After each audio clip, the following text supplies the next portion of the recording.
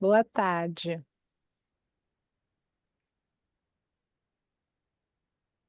Borque. Recording in progress. É. Então, senhoras e senhores, sejam todos muito bem-vindos.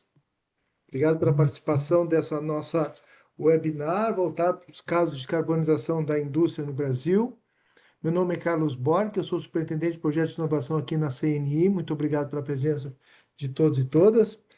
O objetivo dessa série de webinars foi criada nesse GT Descarbonização, no qual o André Ferraresi é o nosso líder, a nossa liderança pelo lado da indústria, e a Zil é a nossa coordenadora do GTs da MEI.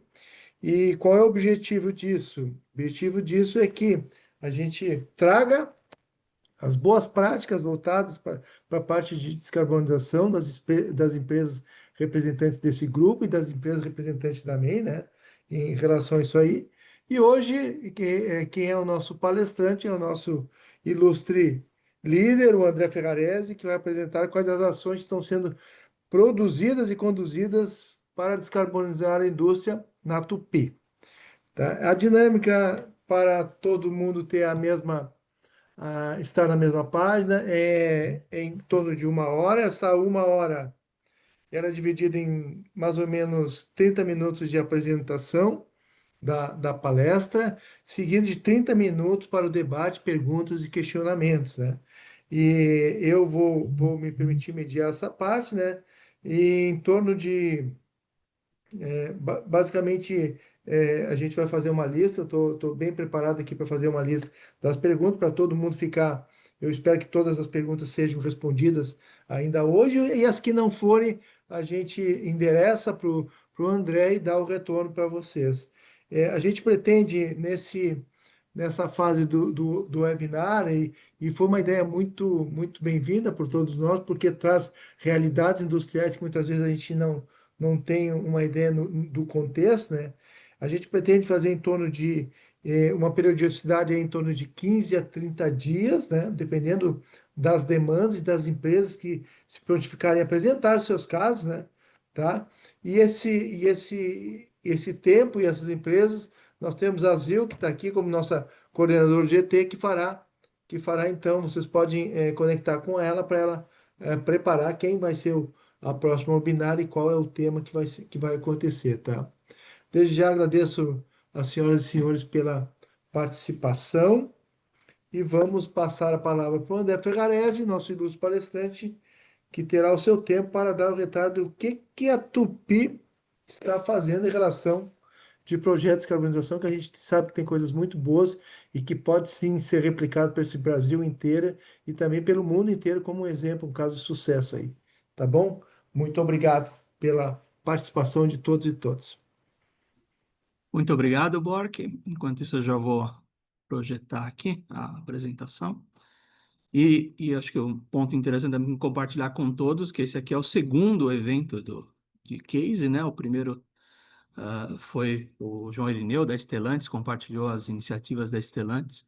E esse aprendizado, né, da indústria é um tema que a gente acha como algo importante dessas interações, né? Então, como eu disse, eu vou passar pelos temas da Tupi. E para que aqueles que ainda não conhecem a Tupi, multinacional brasileira, ela possui basicamente 4 unidades de negócio, né? A primeira delas, que é componentes estruturais, está ligado à origem principal da companhia, que é a fundição. Hoje a Tupi é a maior fundição de ferro do mundo, ligado a fornecimento principalmente de blocos e cabeçotes para motores de combustão interna, né? Então, com isso, fornecedora praticamente de todas as montadoras mundialmente.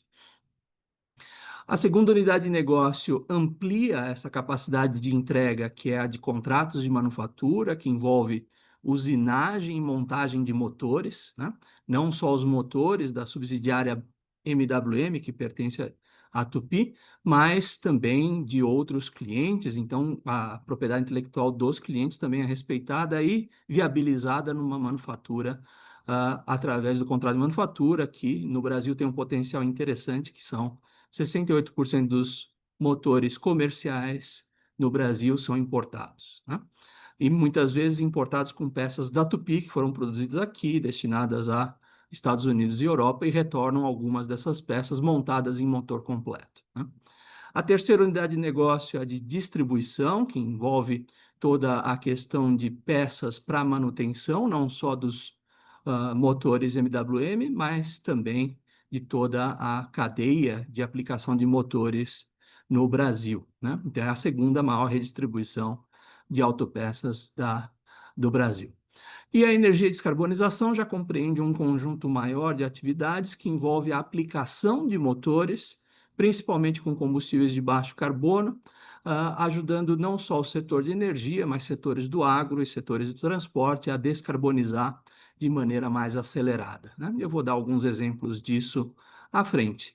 E claro, a gente sempre tem trabalhado no tema de novos negócios e construção de novas frentes de agregação de valor, muitas delas ligadas ao tema de descarbonização, como é o caso da reciclagem de baterias, ou mesmo agora a bioplanta, e eu vou explicar um pouquinho das bioplantas mais para frente. E obviamente que isso tudo tem um alinhamento sempre estratégico com o conselho, com a diretoria da Tupi, e com isso sempre aliando desenvolvimento tecnológico e inovação em cada um desses grupos.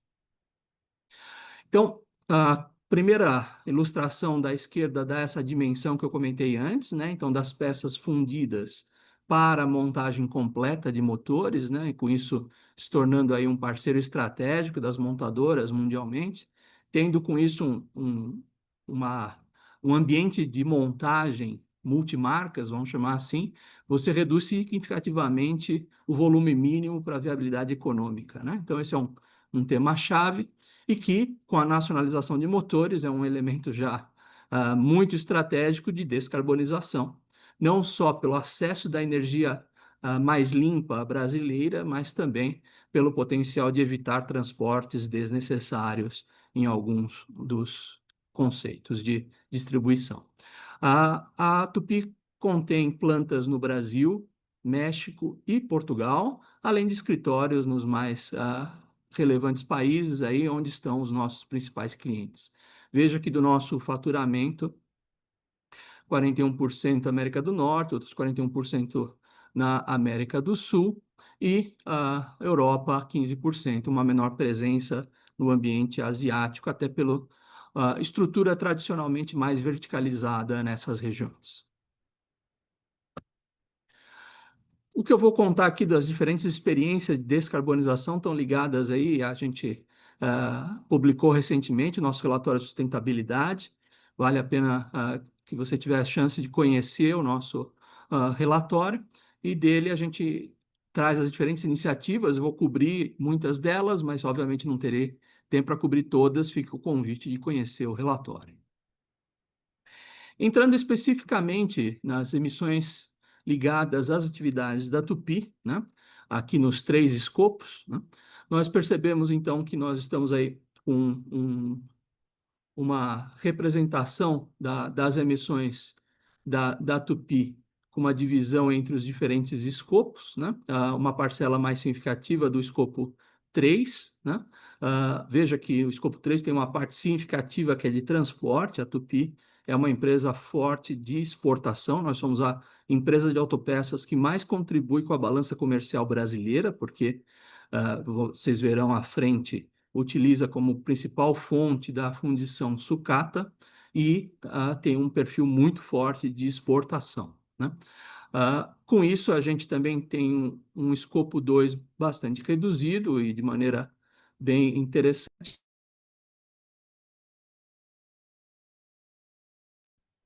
Ferrarese, Comudo. Comodo, Ferraz. Alô? Agora sim. Oi, Agora pronto. sim. Apareceu um sinal de que o host tinha me mutado, mas vamos voltar aqui. Se vocês estão ouvindo, está ótimo. Sim, Então, como eu disse, o escopo 2 tem a vantagem das operações brasileiras, são 2 fundições no Brasil, o headquarter em Joinville e outra em Betim, né? As outras 2 fundições estão no México e a quinta fundição em Portugal, né? Quando a gente compara no cenário mundial, né? A média mundial, a gente está aí 38% menor do que essa média mundial.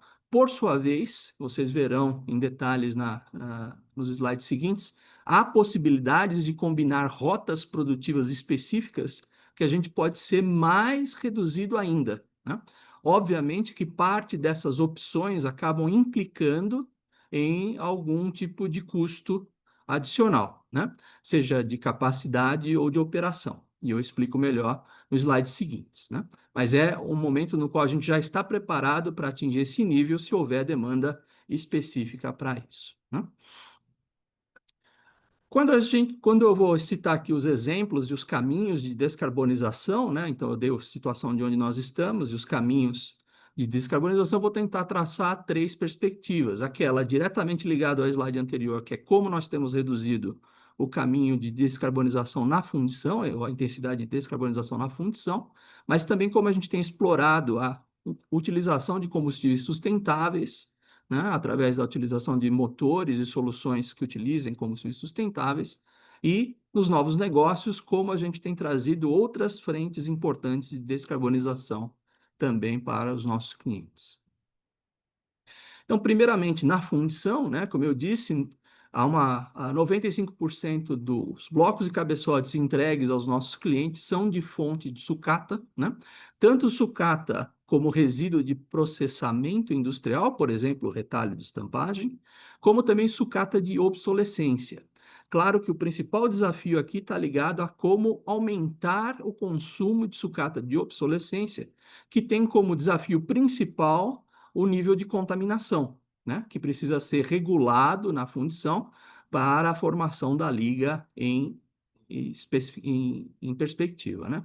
Ainda alguns tipos de fornos têm maior dificuldade desse tipo de regulação e, por isso, é importante trabalhar esse tipo de cadeia. É um tema que a gente tem trabalhado bastante agora dentro do Mover, um tema bastante chave, é entender o caminho mais estruturado de descomissionamento de veículos, né? Como um caminho importante de evitar a contaminação e aumentar com isso o consumo de material de obsolescência. Olhando para o perfil energético da Tupi, né, a gente já tem uma intensidade grande da utilização de eletricidade, né? E veja que as fontes fósseis, basicamente coque mineral e gás natural, são aí a outra metade da estrutura energética. Veja que, quando a gente compara isso nas etapas de utilização, né, energética, a parte significativa está ligada à fusão dos metais, né? Principalmente aqui, tanto na opção coque mineral, que seriam os fornos Cubilot, quanto eletricidade. E o gás natural, no caso da fusão, é destinado a início de operação. E o gás natural complementa seu consumo na preparação dos núcleos de areia que dão moldagem aí aos formatos internos das peças fundidas, né?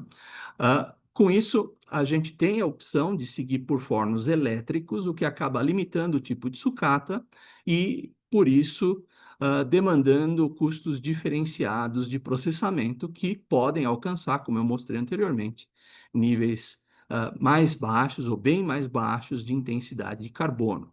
A gente tem trabalhado em sistemas também de blockchain para garantir também essa rastreabilidade como um caminho de reporte junto aos nossos clientes.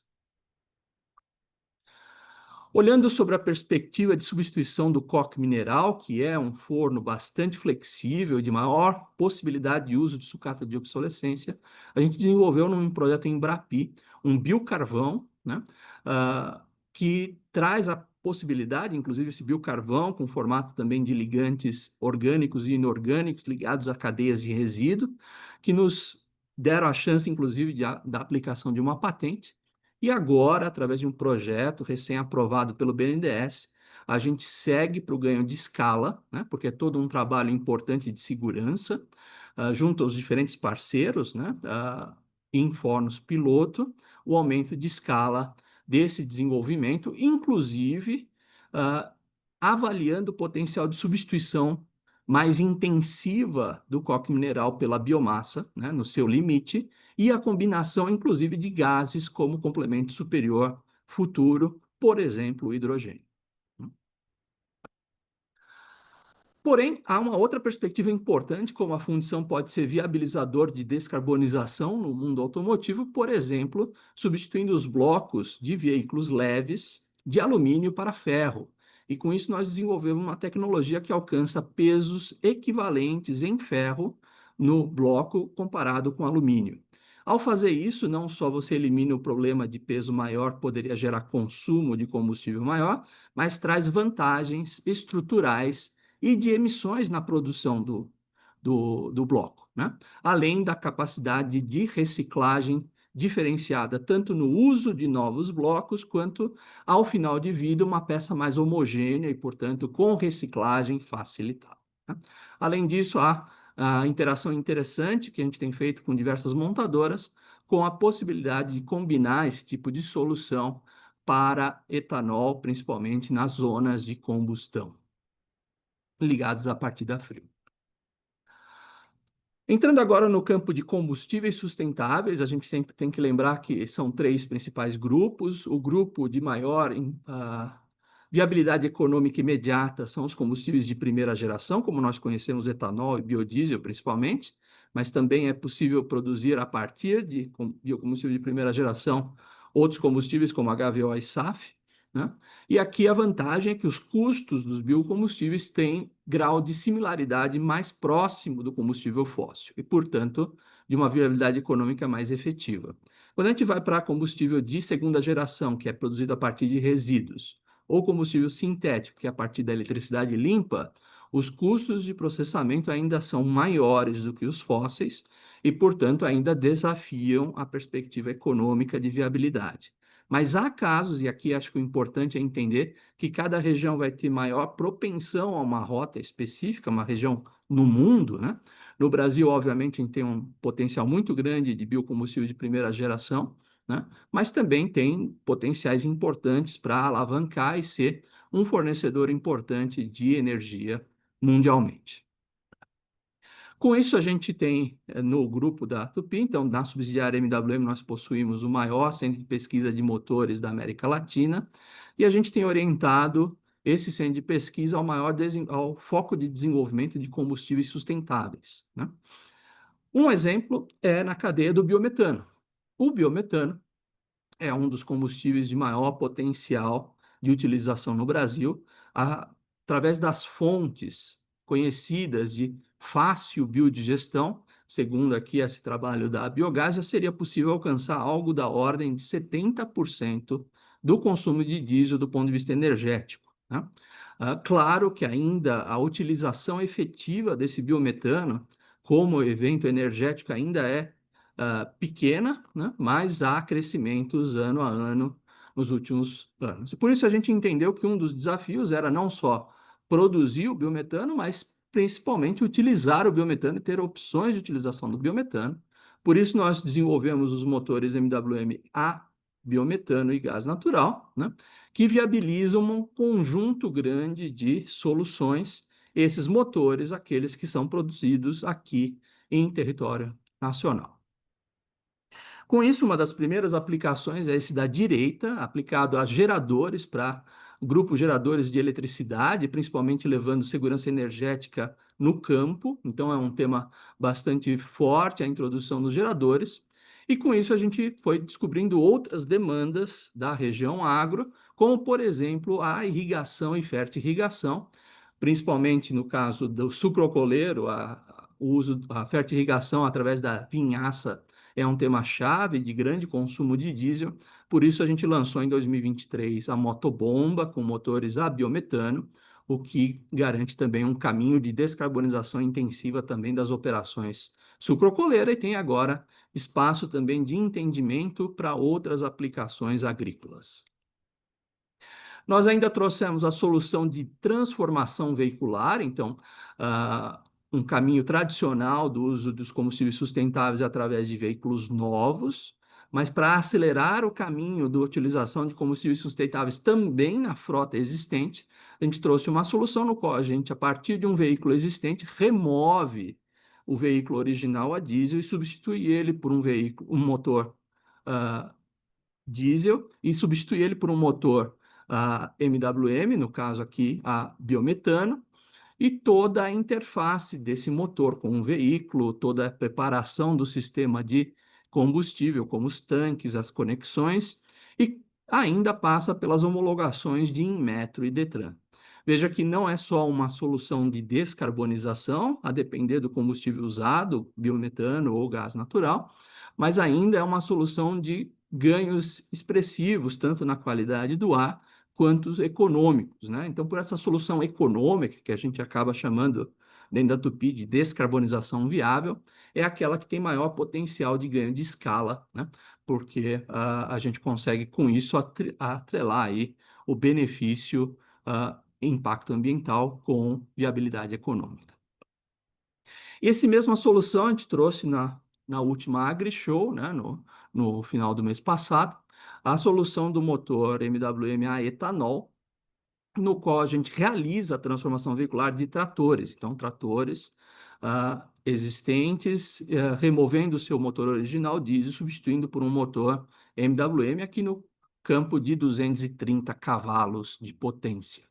Todo o sistema de tanques e sistema de combustível adequado, sempre garantindo que o veículo tem mesmo funcionamento em termos de potência e torque, quando faz essa modificação, né? Com isso, há tratores, inclusive nessa safra, fazendo a colheita da cana, o que ajuda não só a reduzir a pegada de carbono do processamento, mas acaba influenciando também nos veículos que utilizarem o etanol, a emitirem uma intensidade de carbono menor, e com isso um círculo virtuoso importante. Além, óbvio, dos benefícios aqui ligados à geração de CBIOS e tudo mais por parte da produção do biocombustível. A gente também tem pesquisado combustão de hidrogênio, principalmente na interface com as diferentes montadoras, principalmente as europeias, mas também temos discussões nos Estados Unidos, no Japão, sobre esse tipo de tecnologia. E o nosso papel principal aqui tem sido o desenvolvimento de ligas metálicas para garantir que os motores de combustão a hidrogênio tenham a mesma durabilidade do que os motores a diesel, que hoje são da ordem de 3 a 5 vezes mais durabilidade do que outras soluções descarbonizadas, como, por exemplo, baterias e células de combustível. Então, esse é um papel importante, obviamente, que está ligado à cadeia de hidrogênio ainda em formação, mas já há clientes nossos, com peças fornecidas por nós, trazendo caminhões para o mercado esse ano.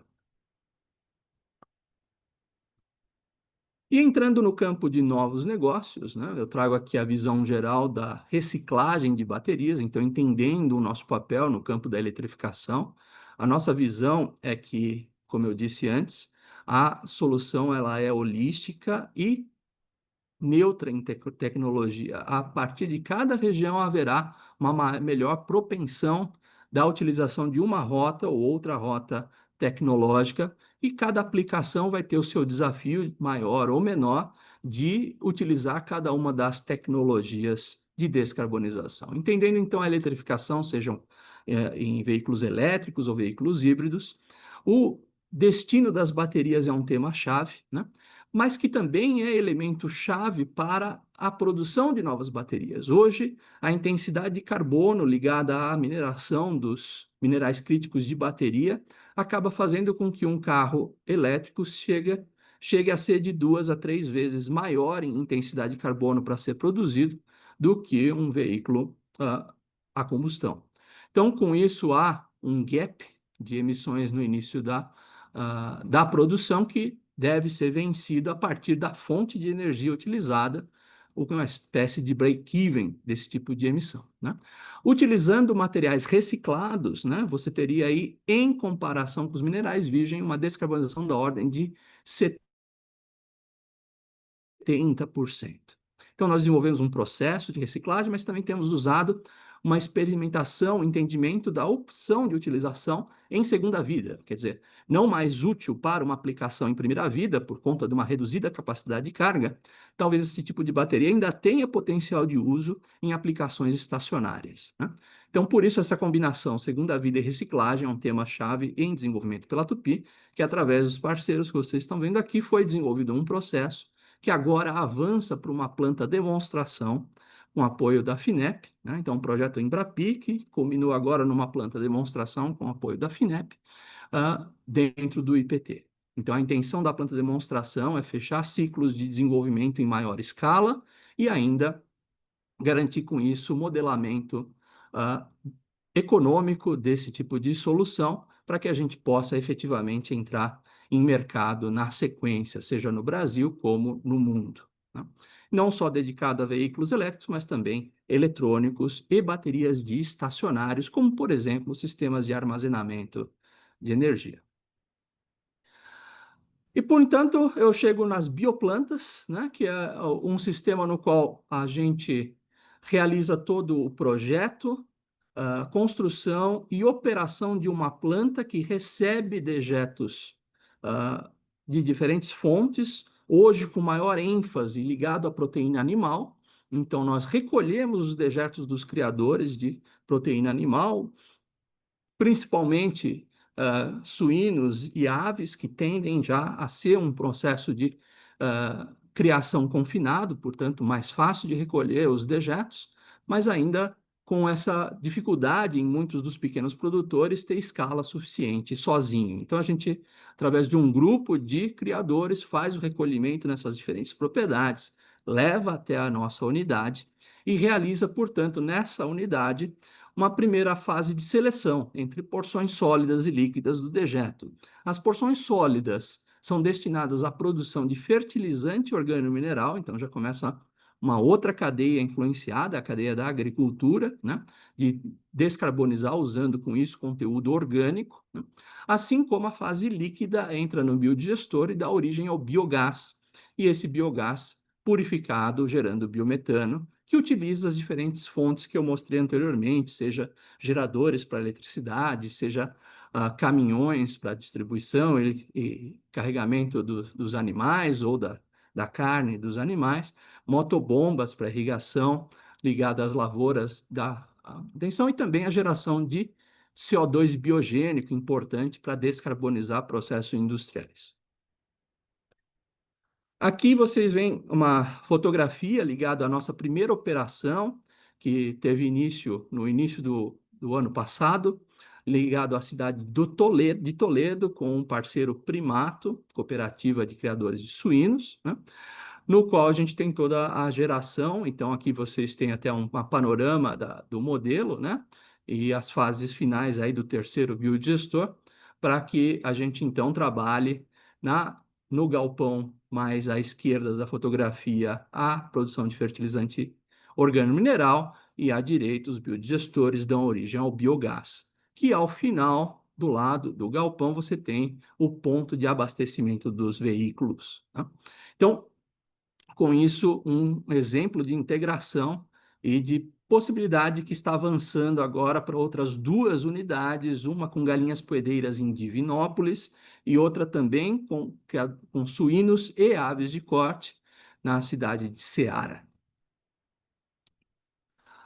Para dar um pouco de dimensão do potencial de descarbonização desse tipo de solução, aqui está alguns números ligados à operação de Toledo, que envolve 65 mil suínos, os diferentes níveis de entrega entre biometano, energia elétrica, para que a gente possa ter uma base de comparação com outras soluções de descarbonização e com uma vantagem interessante do ponto de vista de emissões evitadas, porque além de substituir fontes fósseis de energia, como o diesel, no caso do biometano, né, é possível evitar as emissões de metano, que são hoje críticas para a intensidade de carbono nesse tipo de cultura.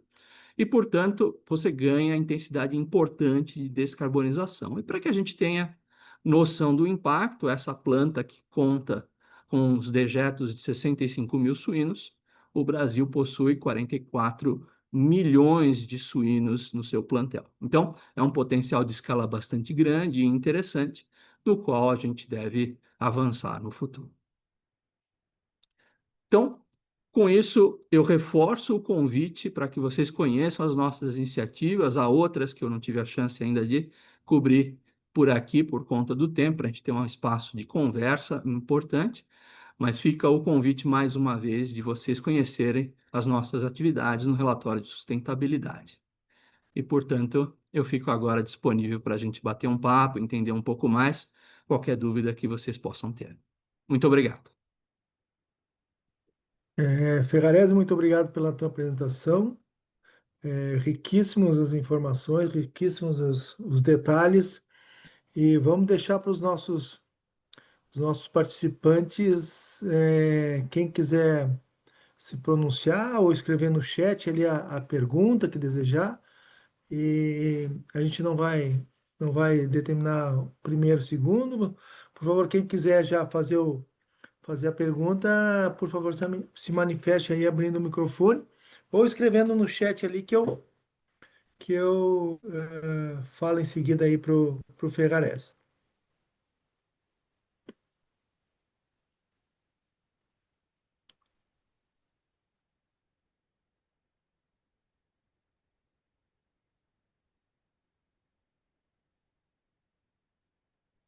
Olá, A pessoal. apresentação foi muito boa, Ferrarese. O pessoal foi muito claro. Deixa eu só antes de perguntar, Bork, só para não sei se você percebeu, mas você está sem câmera, tá? A gente não está te vendo. Agora, Leonardo, Leonardo tem uma pergunta. Boa tarde. Em primeiro lugar, parabéns pelo evento, parabéns. Deixa eu abrir minha câmera aqui também. Parabéns, Ferrarese, pela apresentação. Muito boas as iniciativas da Tupi. Confesso que eu não conhecia muito bem essa aptidão de vocês a biocombustíveis, achei bem interessante. Eu hoje estou no setor florestal, né? A gente aqui da Senibra somos produtores de celulose, nos aventuramos em algumas questões relacionadas a biocombustíveis, mas eu fiquei com uma dúvida. A gente até teve um projeto recente em relação ao biogás e o biometano. Existe uma dificuldade técnica, em geral, para esse produto, muito ligado a gases sulfurosos, né? Geração de sulfeto de hidrogênio, que trazem alguns impeditivos, até para transporte, do ponto de vista de corrosão. Como é que vocês estão enfrentando essa dificuldade? Vocês têm uma solução tecnológica para isso? Como é que está funcionando isso para a Tupi? Muito legal. Bom, o caminho normal, né, na produção do biometano e que a gente tem implementado nas nossas bioplantas e faz a recomendação com quem for produtor de biometano é ter um sistema primeiro de separação do conteúdo sulfuroso, né, ou mais ácido, né, antes de realizar a purificação para biometano, né? Inclusive, a gente tem um sistema de controle da biodigestão, que também é um produto da Tupi, né?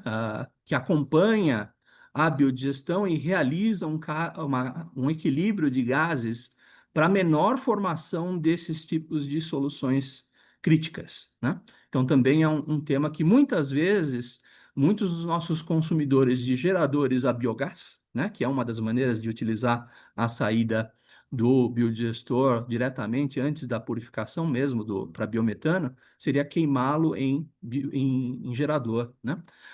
E aí os sistemas de controle e equilíbrio de gases têm sido adquiridos muitas vezes em conjunto por conta de garantir a qualidade do biogás para que ele possa ser queimado diretamente no motor. Obviamente que sistemas que estão ligados à biodigestão de resíduos como esgoto, já começa a ficar mais complexo o caminho de limpeza ou de filtração dos elementos críticos, né? Mas é um tema no qual a gente tem acompanhado. Para fontes mais ligadas a dejeto de animal ou fontes orgânicas, né? A gente tem já esse controle e tem sido suficiente como elemento de separação dos gases ou dos elementos ácidos, né, do biogás, né? Para esgoto, há recomendações que a gente pode fazer também de outros filtros, mas aí um pouco mais complexos. é, Ferrarese, olha só, o Charles Leber, Tá bem ele baixinho o tá Bork, não sei por quê. baixinho. E agora? Melhorou? Não, continua baixo. Continua Tá baixando. baixinho e a sua câmera também não está funcionando.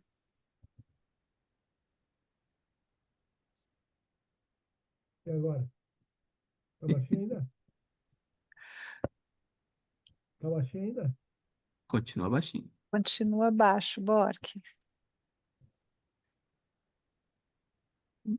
Mas diga, E agora? Está bem baixo, Continua mas baixo? conseguimos te ouvir. Talvez você possa dizer. é, Ô, Zil, por favor, lê ali o chat, por favor. melhorou, agora melhorou. Melhorou? Sim, Então vamos lá. Nós temos duas perguntas do Charles Leber Opa, e do Kleber Wolff.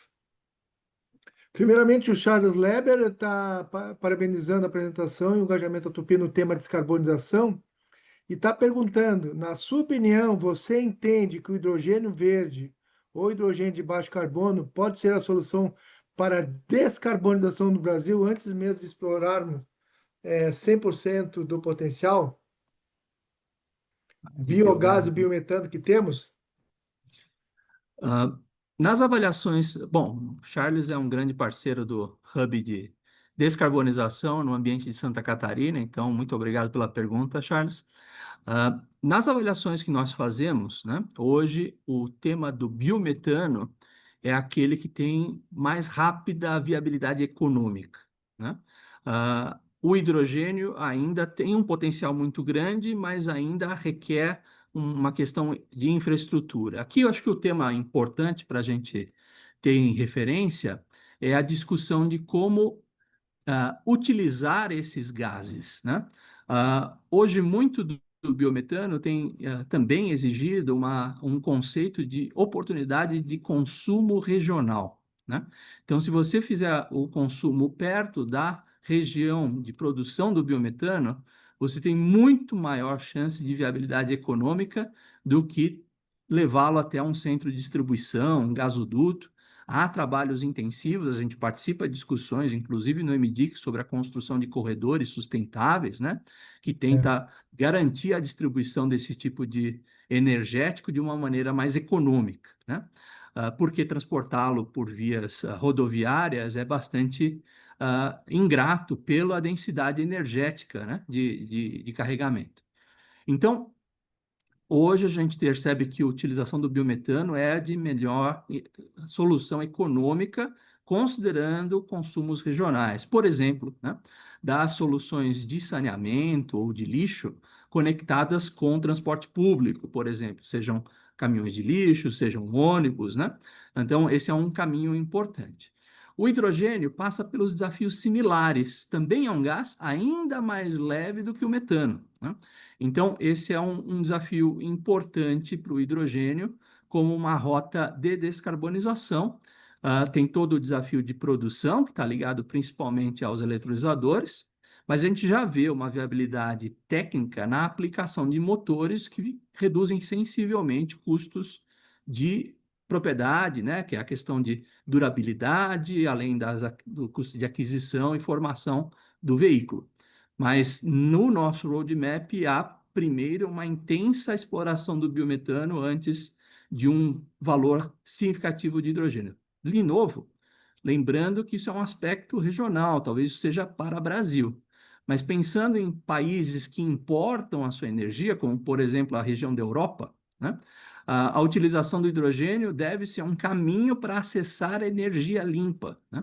E por isso acho que um caminho interessante de utilização do hidrogênio deve crescer mais rápido, primeiro nessas regiões, como a europeia, antes de efetivamente ganhar espaço em países maiores, com potencial de uso de outras fontes, como é o caso do biometano. Tá me ouvindo direitinho, Fê? Sim. Agora melhorou, viu?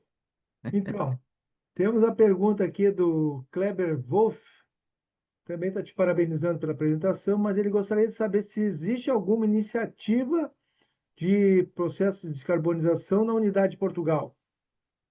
Legal. Em Portugal, a nossa principal atividade é a fundição, né? Muito dessas soluções de descarbonização que eu acabei de mostrar, sejam de motores ou mesmo de bioplantas ainda são atividades específicas da região brasileira.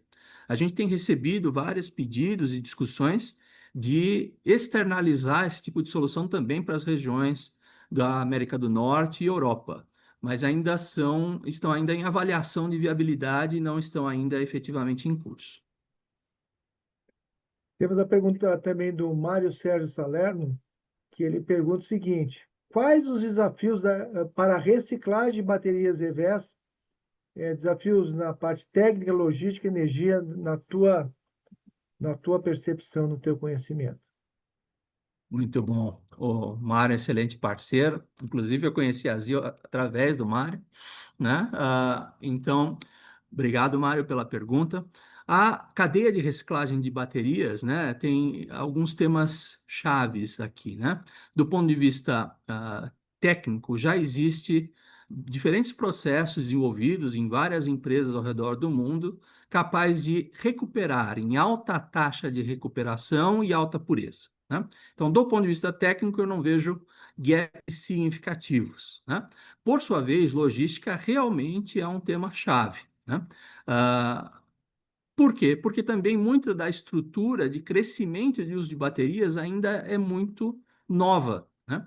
Hoje, as principais fontes de baterias descartadas que poderiam ser recicladas estão ligadas à produção de eletrônicos ou refúgio do processo de fabricação de novas baterias, né?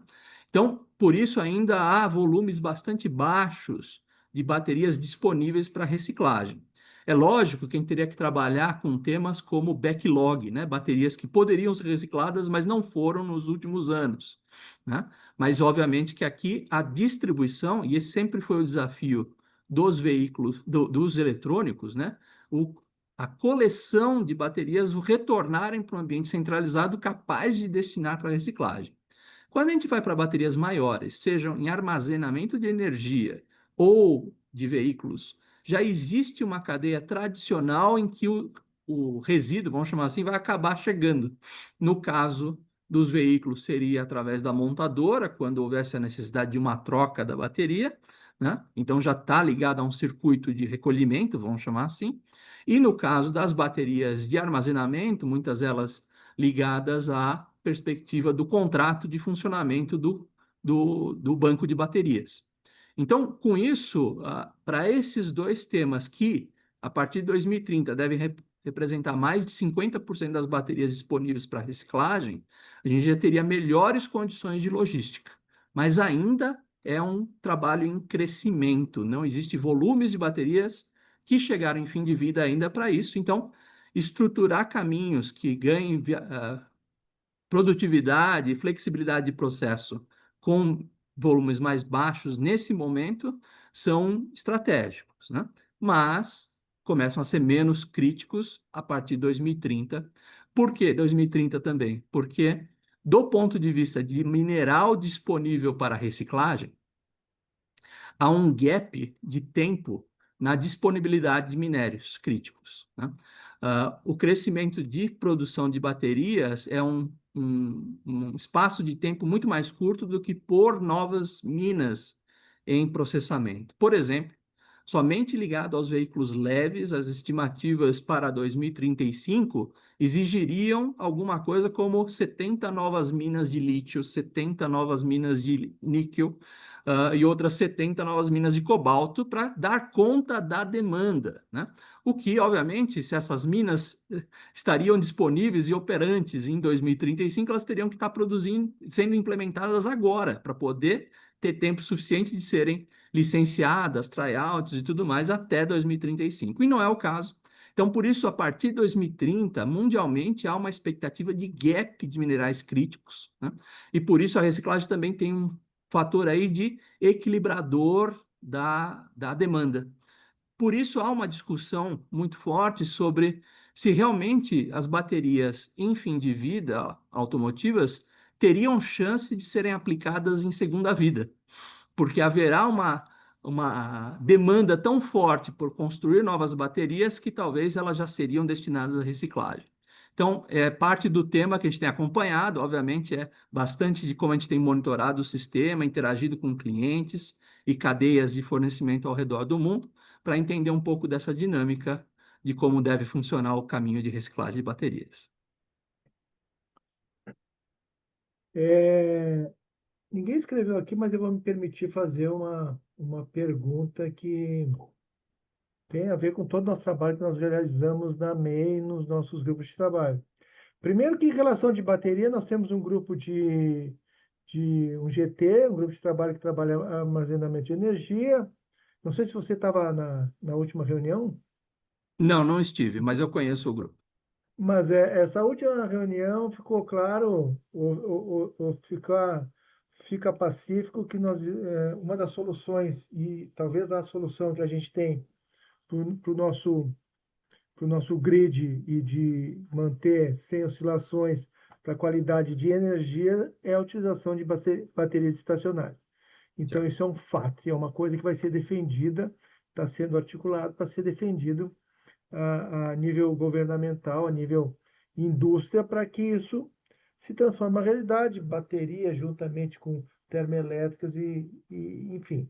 Isso é um fato que isso aí vai entrar na nossa vida e a gente vai ter que pensar assim, em reciclagem e todo o resto. Mas uma Sim, coisa é o seguinte, se a gente falar de tecnologias de geração de energia a partir de fontes renováveis, em fontes energéticas renováveis, nós temos biometano, hidrogênio verde, como foi comentado aqui, várias situações. Qual seria o grau de duplicação, de replicabilidade, essa é a palavra? E se haveria condições de a gente replicar o caso Tupi no Brasil inteiro? Se a gente mapeasse regiões que teriam essa condição, porque teria que ter os 65 mil porquinhos, teria que ter todas essas condições básicas para criar isso aí. Tu acha isso uma coisa, pelos estudos de vocês deveriam já ter, acredito eu, né? Ter uma ideia assim, ó, quanto isso pode se spread nesse Brasil inteiro aí que nós temos aí. Isso é uma dúvida que eu sempre tenho, assim, até para a gente focar em ações que sejam mais factíveis claro. e de ganho. Essa é a minha pergunta. Obrigado, Bork. Ah, lembrando, então, o número que eu dei, né? Cerca de 44 milhões de porcos no Brasil, como um plantel, né? Só na região sul, nós estamos falando de cerca de 22 a 25 milhões. Então, já há alguma concentração natural regional para esse tipo de solução que está ligado principalmente à produção de milho e coisas desse tipo, né? Que está Sim. a viabilidade da cadeia produtiva propriamente, né? Então, a gente tem monitorado, já existe algumas concentrações naturais do tipo de operação, que já deve cobrir uma porcentagem muito grande do plantel como potencial de escala, né? Até para dar essa referência, né, como que tem sido esse caminho, né, do ponto de vista de inovação, já que é uma iniciativa da MEI que a gente está falando aqui, né, o esforço de convencer uma empresa de fundição a trabalhar com proteína animal, né? E dá origem a fertilizante organomineral, e, todo esse Economia cadeia. circular. Isso.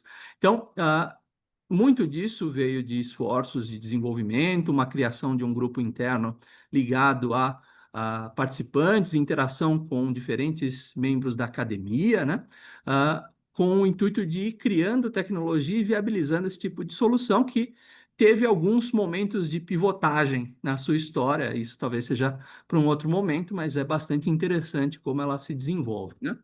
E aí, um tema-chave, né, nesse caminho é como fazer essa interlocução com o conselho, com a diretoria, para dar uma base de segurança que a gente tem negócios efetivamente viáveis para ganhar escala. Então, esses três que eu citei estão nessa perspectiva de validação do modelo de negócio, da toda a estruturação de monetização, vamos chamar assim, dos processos, para que a gente tenha capacidade de então começar a dar uma ênfase mais específica em ganhos de escala para soluções desse tipo, mas são trabalhos bastante, estão andando bastante velocidade e em breve vocês devem ter notícias desse tipo de ação por parte da Tupi, certamente. Você ficou no mudo, Bork, deixa eu então pedir para o Furlan. Como vai, É, Furlan? Bem-vindo. Tá no mudo, tá? Aí, Boa tarde. boa Olha, tarde. gostei muito de ouvir isso. Surpresa, eu conheço a Tupi desde a época dos fundadores. Infelizmente, o meu amigo faleceu num acidente de avião lá atrás, né?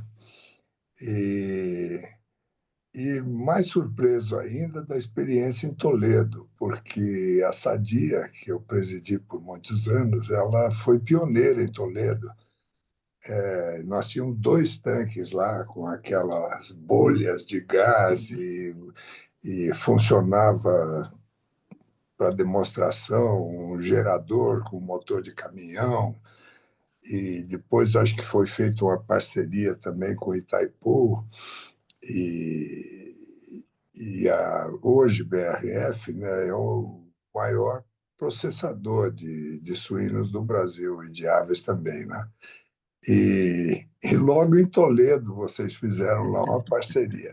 A pergunta é: vocês procuraram uma empresa grande como a BRF, que tem lá muitas vezes mais suínos do que esses 65.000 que você abaixou, e houve interesse ou não houve?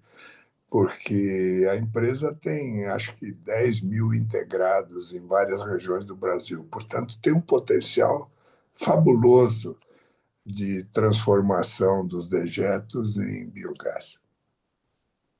Muito obrigado, Furlan. Inclusive, o Fábio, né, da BRF, é membro do nosso grupo de trabalho de descarbonização e são cientes do projeto. A gente tem conversado com todos os frigoríficos e os seus grupos de cooperados, né? E certamente estão nos planos de expansão das atividades da empresa, né? A gente, obviamente, teve que controlar um pouco das demandas, a gente tem muito mais demanda e capacidade de realização num primeiro momento, como eu disse, para fechar modelos de negócio e nos dar segurança para avançar com velocidade, com a certeza da viabilidade do negócio, né? Mas certamente já estão monitoradas, só como referência, né? Eu citei o volume total de porcos, né? A gente já tem monitorado alguma coisa como 10% desse mercado iria exigir alguma coisa perto de 15 a 20 bioplantas desse tamanho. Obviamente que em algumas delas, por que eu estou falando desse tamanho? Porque também parte do desafio é fazer a coleta do dejeto de maneira eficiente, porque hoje esse dejeto é recolhido através de caminhões já utilizando o próprio biometano, né? Todo o processamento do fertilizante orgânico-mineral é com eletricidade gerada a partir do biogás, né? E coisas desse tipo. Então, a gente tem que controlar um certo raio de atuação para ganhar viabilidade econômica das operações propriamente. Então, muitas vezes é possível crescer em escala a partir da maneira com que os produtores estão posicionados. Mas em alguns outros casos não vai ser possível, né?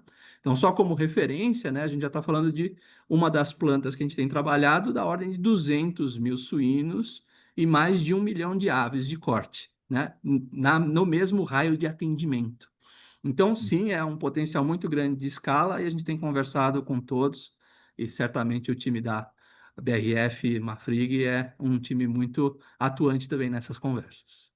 Esse que você mencionou, tudo indica que seja a Seara, né? Exato. Tá bom, muito obrigado.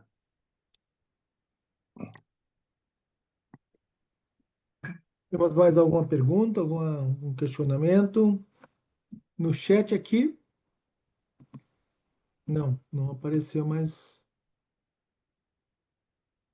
Mas algum dos senhores e senhoras que gostariam de fazer? Temos 2 minutos ainda. Estamos no tempo. Estamos no tempo. E as perguntas estão ricas, né? Então, tá bem participativo. Isso é muito bom. E é claro que toda a conversa pode continuar, vocês me encontram facilmente no LinkedIn, a gente pode interagir e entender oportunidades, porque esse tipo de solução, como disse o Bork, é a intenção de compartilhar e entender que elas também talvez façam sentido em diferentes outras indústrias, né? E explorar esse caminho, o caminho da circularidade, o caminho da descarbonização por soluções, a gente entende que tem um potencial muito grande e permear diferentes tipos de indústria.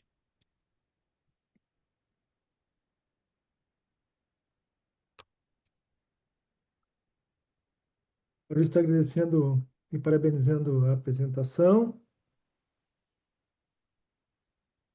Então, eu acho que assim a gente pode encerrar, André? Por favor, faça a última fala, que é sempre sua, né? Você é o nosso Não, que speaker. ótimo.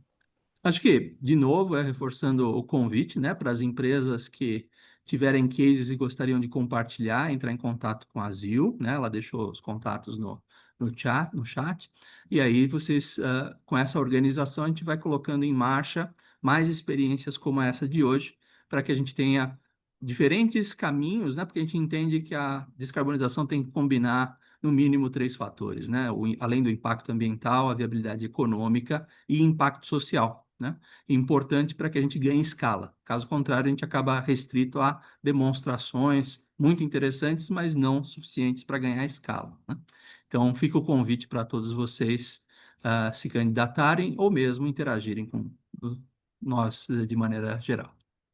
Aliás, pessoal, só para reforçar o que o Ferrares falou, a grande atuação da MEI, dos grupos de trabalho da MEI, é ter proposições de tecnologias e inovações em diversas áreas, tanto elas em descarbonização, armazenamento de energia, economia circular, vários delas que são outros temas que são pertinentes para que a gente, muito mais do que desenvolver a pesquisa ou o desenvolvimento, que a gente coloque isso em escala nacional. Essa que é o fato, essa que é a ideia. O que que precisa para essas tecnologias que muitas vezes são pontuais, que são localizadas, que são regionais, se transformem sendo úteis para a sociedade, sendo úteis para o ambiente e economicamente viáveis, que se transformem em um padrão, juntamente com o governo federal, juntamente com os governos regionais e das cidades, como um novo elemento para atividades de descarbonização. Por isso que é muito importante ouvi-los e saber que muitas vezes uma ideia pontual ela pode sim tomar escala e se transformar numa solução nacional, né? É isso. De nossa parte Bork, também, por favor. não, eu só complementar agora nesse encerramento aqui, que a nossa expectativa é que a gente tenha esses encontros, né, pelo menos uma vez por mês, a princípio, toda última terça-feira do mês, né, se ele permanecer como um encontro mensal, nesse horário, às 4 da tarde, às 5, uma horinha, para a gente poder discutir, né, esses casos de descarbonização e ampliar aí o nosso leque, o conhecimento do que está sendo feito pela indústria brasileira. A Elisângela Lopes está perguntando onde ela pode conseguir o link dessas reuniões, para essas reuniões. A gente costuma compartilhar por e-mail, né? A gente manda por e-mail, tem disponibilizado também nas nossas redes. Mas eu já vou pegar aqui o seu e-mail, Elisângela, deixa aqui para mim no chat, por favor, para você receber a nossa divulgação. Mas a gente tem divulgado assim, via e-mail nas redes sociais, tá bom? Obrigada a todos.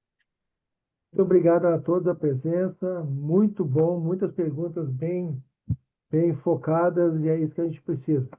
Próximo, aguardem. Uma surpresa boa para todos nós. Um grande abraço e um bom dia. Obrigada. Até logo, pessoal. Muito obrigado. Obrigada. Muito obrigada, Ferrarese.